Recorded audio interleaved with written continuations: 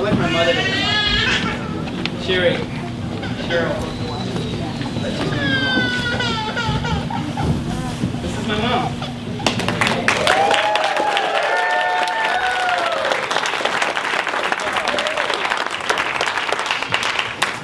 She brought me into the world. She took care of me. She made sure all my needs are met. She put up with me.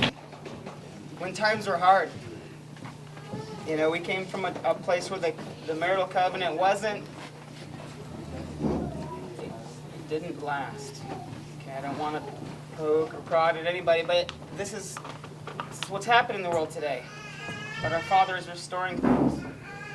And my mother did a good job. She taught me the best she knew. She never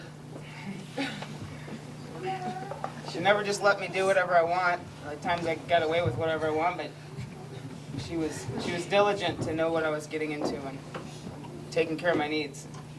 I just really appreciate everything she's done to just bring me into the world and raise me up. And something I learned is that, you know, in my younger, maybe late teens, 20s, the whole know-it-all time, and then even in my 20s, late 20s, I really thought, you know, it's easy to see flaws.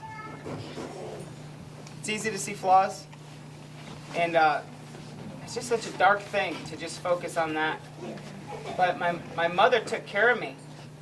And she preserved in me something sensitive enough to respond to love when love was extended to me. Because there's those who aren't able to respond to love because they've been so damaged. But something in my mother,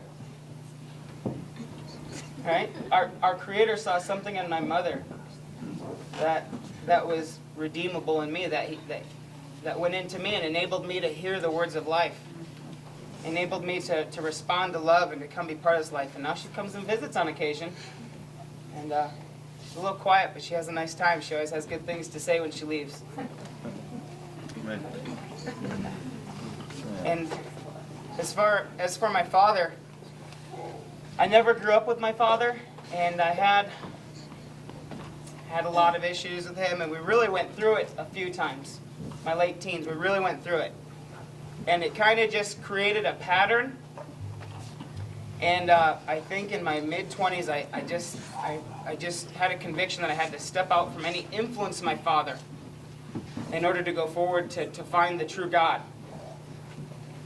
I didn't fully know what that meant, but I wanted to break free from a certain mentality that was following me everywhere I went.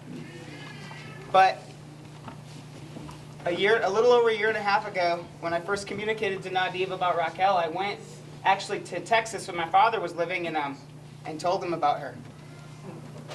I was there for 3 days, and I for the first time humbled myself and saw in my father the good things that were there.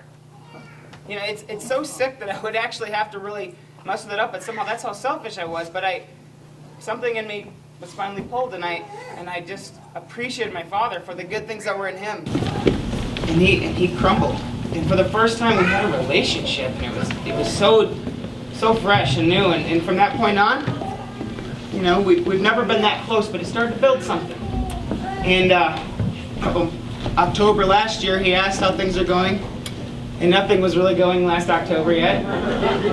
I told him that I submitted the papers to the corporate headquarters and I'll be hearing back. And he was like, all right, but he was cheering me on because somehow he knew that I was serious about this one. He knew that.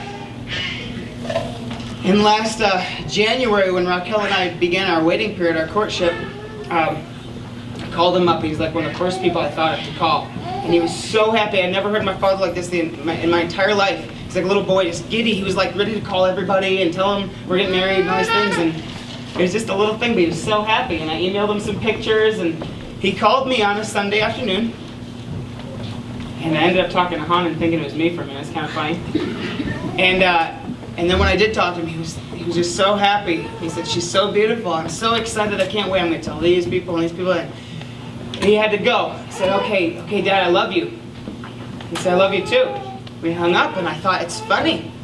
I've never just initiated "I love you" to my father like that. And it was so like natural, but like, where'd that come from? It was fresh. And on a Tuesday or Wednesday night, that week, 3 days later, I was with Raquel having some tea before we departed from one another, and I got a phone call, and my father dropped dead.